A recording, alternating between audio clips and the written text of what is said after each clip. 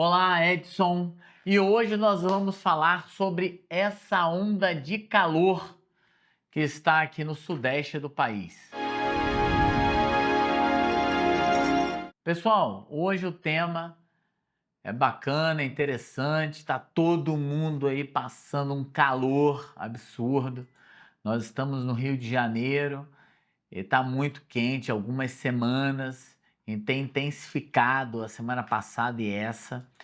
De ser aquele calor que a gente sente as costas queimando, né? A camisa queima no corpo.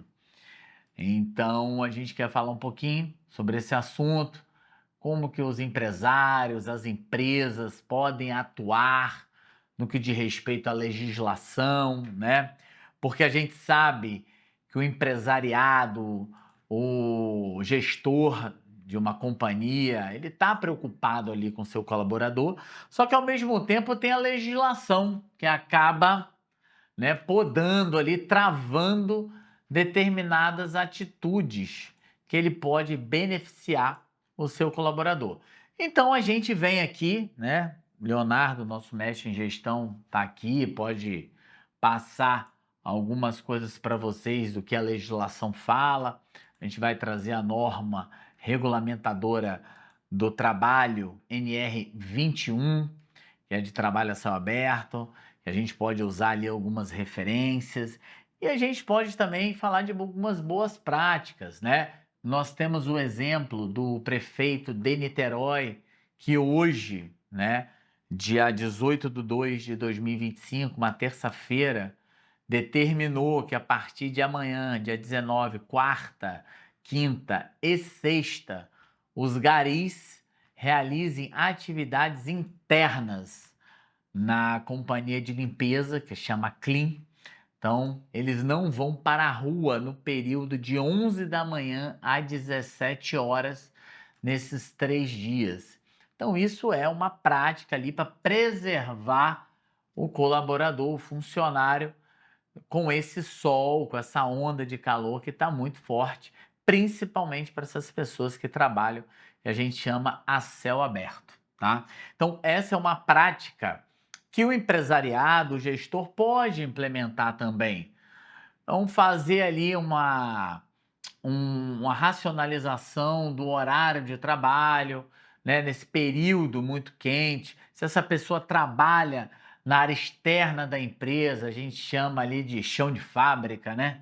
Então, e é calor, tenta fazer esse tipo de trabalho, um rodízio, ou então o colaborador, num determinado horário, faz uma outra atividade num ambiente que esteja melhor climatizado. Então, isso são práticas que a empresa pode estar realizando, né?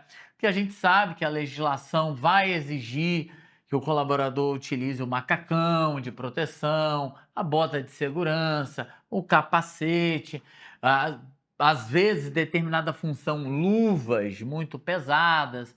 Então a gente sabe que isso aí esquenta, né? E nesse período está um período bem difícil, uma onda de calor fortíssima. Então, como o prefeito, né, de Niterói deu 3 dias, ele passou essa previsão porque tem informações da meteorologia que a partir de sábado essa onda diminui de calor. Então, é o que a gente falou, são períodos, momentos. Então, o empresário também, para facilitar, tem aqueles grandes ventiladores com água gelada, né, que ajuda ali a climatizar um ambiente que às vezes não consiga colocar uma climatização artificial de ar-condicionado. Então, pode ajudar ao trabalhador. Então, isso tudo a gente passa atendendo a legislação, né? Que tem que atender. Você não pode simplesmente desconsiderar a legislação, mas dá para minimizar esses impactos do calor nesse colaborador.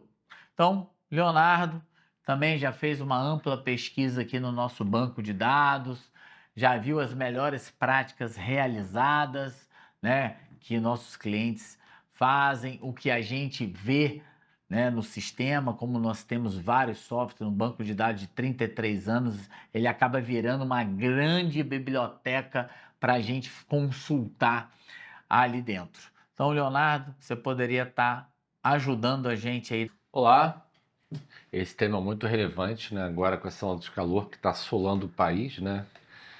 Eu diria que tem que ter uma distinção, né, para não generalizar. Então, uma coisa é o calor ambiente, né?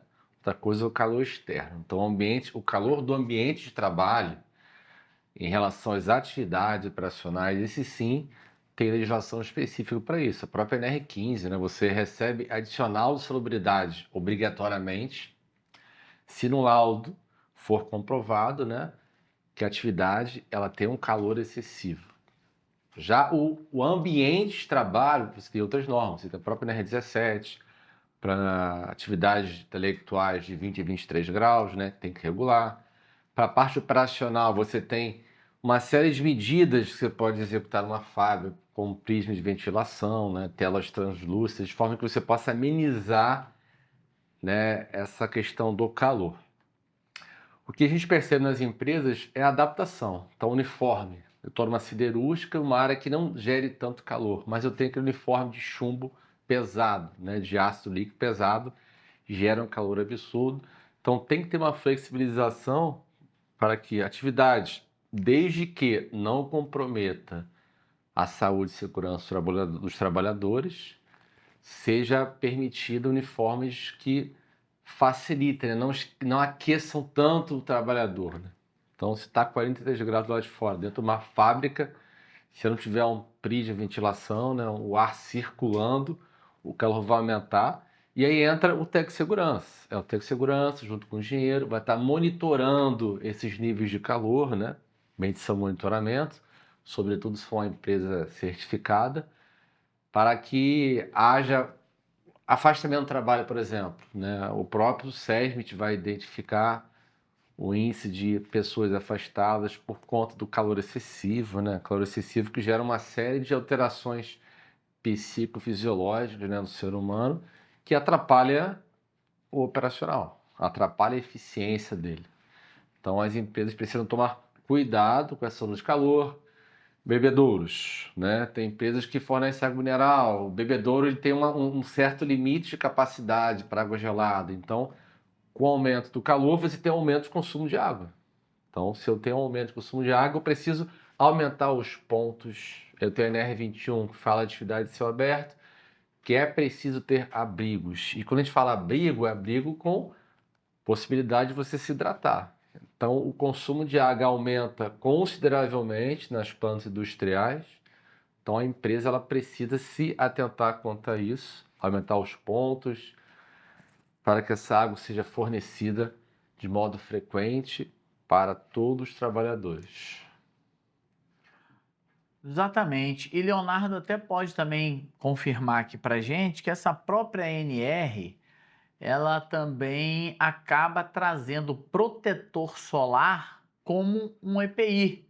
Então, a empresa possui um colaborador que trabalha nessas atividades, como eu falei, a céu aberto, fornecer um protetor solar, né, considerável, fator 60, que com certeza isso também vai ajudar a minimizar ali os impactos desse calor, que no caso seria ali um risco de queimadura mesmo da pele, né, do colaborador, uma insolação.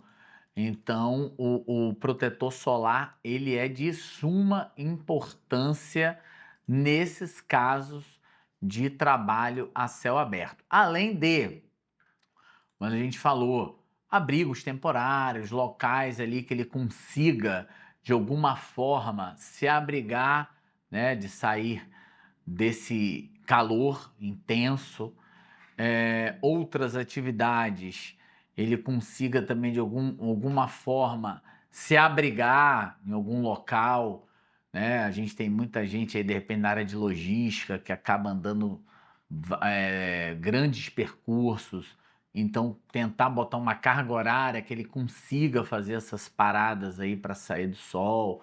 Então tem muitas ações que a empresa consegue fazer reunindo, como o Leonardo falou, né, principalmente ali o SESMIT, que é a área da empresa que entende de saúde e segurança do trabalho. Então você chama ali o técnico de segurança, o engenheiro, o médico do trabalho, o enfermeiro do trabalho, o higienista. Então você pode estar juntando uma comissão ali até para criar planos de trabalho, né, para esses dias muito quentes, e a empresa conseguir minimizar o máximo possível esses impactos ali, esses riscos nos trabalhadores, né? Então, Leonardo, quiser complementar mais alguma coisa, por favor.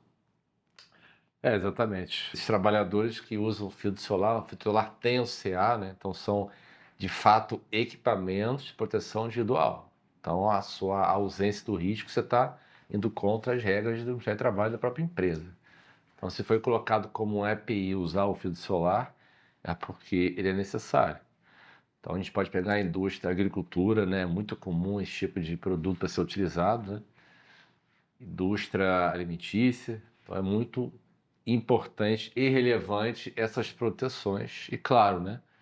Sempre ter um relatório adequado dos médicos, ver os ASUS, o próprio PGR, que define na R1 os riscos de cada atividade e o calor excessivo tem que ser considerado.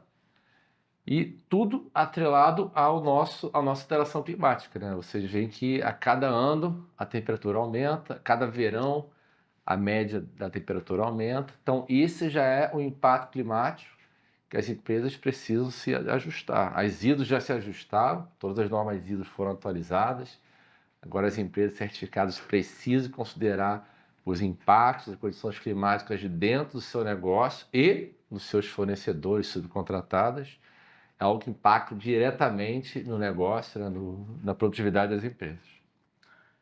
Exatamente. Para finalizar, isso que o Leonardo acabou de falar, muito importante, trazendo para a Legnet. Então, uma empresa que está passando por essa situação, né, o calor acaba impactando a sua atividade. Nossos softwares podem ajudar a minimizar. Como? Você sabendo qual é a legislação que precisa atender, o que ela deixa ou não você fazer para o seu colaborador. Como o Leonardo falou, normas ISO, que já pedem para você fazer um levantamento dessas mudanças climáticas, qual o impacto dela na sua atividade. Nós temos softwares de análise de risco, então você consegue fazer uma análise, criar medidas de controle para mitigar esse tipo de evento e melhorar a performance da empresa, melhorar a performance dos colaboradores. Por quê? Porque você se planejou, você se preparou para esse evento que cada vez mais é mais severo, né? Então a gente tem o nosso problema de seca, né, num determinado momento do ano, que é muito frio em determinados lugares, é muita chuva, e a gente vai ter essa onda de calor agora que a gente está vivendo, e às vezes tem a questão das pancadas d'água, de alagamento, destruição. Então, isso tudo é movimentado ali pela mudança climática e as próprias normas ISO já estão tratando sobre esse assunto, tá?